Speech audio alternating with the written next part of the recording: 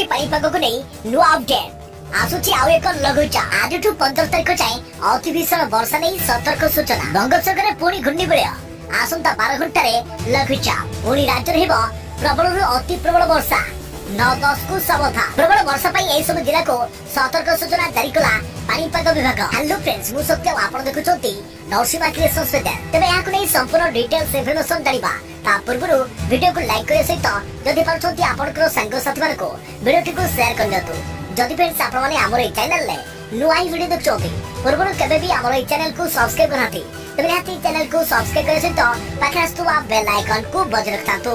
बंगोपसागर रे सुष्ट लघुचाप घूर्णिबलय दुर्गा पूजा मौज को फिक्का कर देथिला अष्टमरु भसाणी पर्यंत प्रतिदिन राज्यर विभिन्न स्थान में प्रबल वर्षा लागि रहिथिला फल दुर्गा आह्वान ठारू विसर्जन पर्यंत आयोजक और श्रद्धालुओं विभिन्न समस्या सृष्टि होइथिला।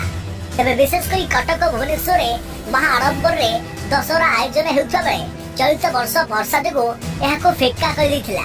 तेबे लघुचाप जोगु नवमी पर्यंत वर्षा लागि रहिथा बेले घूर्णिबलय प्रभाव दशहरा और भसाणी रे भारी वर्षा अनुभूत होइछे।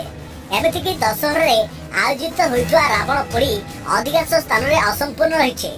पाणीपाग विशेषज्ञ प्रोफेसर सुरेंद्रनाथ पशुपालक कहते राज्य में घूर्णिबलय प्रभाव में पुणी हेब प्रबल अति प्रबल वर्षा 9 तारिख अर्थात कुमार पूर्णिमा राज्यर किछि स्थान में पुणी प्रबल वर्षा हेबार संभव रहिछे। गतकाली सकाळे दक्षिण बंगोपसागर एक घूर्णिबलय सृष्टि होइछे। यह क्रमशः तमिलनाडु और संलग्न दक्षिण आंध्र प्रदेश उपकूल को मुहाइब। अन्यपटे आसंता 12 घंटे आउ एक लघुचाप सृष्टि होई पारे। परवर्ती समय यह दक्षिण आंध्र उपकूल को मुहाइब। 15 तारिख पर्यंत सेही उपकूल संलग्न बंगोपसागर रहिबो। यहाँ परे परे आउ एक घूर्णिबलय सेही दक्षिण बंगोपसागर ही सृष्टि हेबो। यार प्रभाव रे राज्य रे आसंता 15 तारिख पर्यंत उड़ा अधिक वर्षा लागि रहिबो। एही समय उपकूल रे अधिक वर्षा हेबाकु रहिथा बेले कटक खोर्धा पुरी और गंजाम रे अति भीषण वर्षा हेबो जाकी सबठारु अधिक रहिबो। आ सेपटे 3टी जिल्ला रे अति भीषण वर्षा हेबो। तेबे 9, 10, 11 एवं 14 रे स्थान स्थाने प्रबल अति प्रबल वर्षा हेबाकु थिबा बेले आउ किछि स्थान रे अति भीषण वर्षा हेबो। अन्य स्थान रे साधारणतः हल्का मध्यम धरण वर्षा हेबो। सहित उत्तर पवन न आसिबारु 25 पर्यंत तापमात्रा रे कमिबार संभव नै बोली श्री पशुपालक कहिसंती। पाणीपाग विज्ञान केन्द्र सूचना अनुसार गत 36 घंटे में कटक रे 65 मिलीमीटर वर्षा होइथा बेले भुवनेश्वर 66 मिलीमीटर वर्षा होइछे।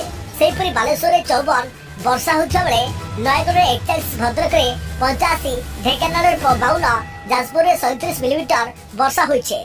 यहाँ बाद अन्य जिला गुड़िक भारी वर्षा अनुभूत होइछे। सेहिपरि 9 तारिख अर्थात आज ठारू पुणी प्रबल वर्षा आशंका करी गजपति गंजाम कोरापुट रायगड़ा पुरी जिला पाणीपाग केन्द्र पक्षरु येलो वार्निंग सतर्कता सूचना जारी कर जाइछे। सेपटे पाणीपाग केन्द्र वैज्ञानिक उमाशंकर दास कहते जे घूर्णिबलय प्रभाव में दक्षिण पूर्व दिगरु राज्य को शक्तिशाली जलीय बाष्पपूर्ण वायु प्रवेश करुछे। यार प्रभाव में दक्षिण उपकूलवर्ती जिला गुड़िक समेत यार पार्श्ववर्ती जिले में वर्षार प्रकोप अधिक रहिबो। तेबे अन्यपटे चलित अक्टोबर रे पाणीपाग जनित स्थिति जोगु सामुद्रिक परिवेश अनुकूल थिबारु बंगोपसागर अशांत रहिबो बोली जଣା पड़िछे। आ सेपटे लघुचाप पानी परे बात्या नै बढुछि भय जेहेतु 15 तारिख पर्यंत वर्षा लागि रहिबो। तेबे डॉक्टर पशुपालक कहछन्ते 25 तारिख परे बात्या नै स्पष्ट आकलन करि हेबो। तेबे ए पर्यंत जहाँकि 15 तारिख पर्यंत कौनसी बात्यार भय नहीं बोली से सूचना देइछन्ते। आ राज्यवासी भयभीत न होई सतर्क रहबाकू से परामर्श देइछन्ते। तेबे एथरा वर्तमान बड़ खबर पाणीपाग को नै आगो नुआ अपडेट पाई हम चैनल सहित जोड़ी रहंतु। तो फ्रेंड्स पुणी देखाबो आ एक नुआ वीडियो रे से पर्यंत मु रहिली जय जगन्नाथ।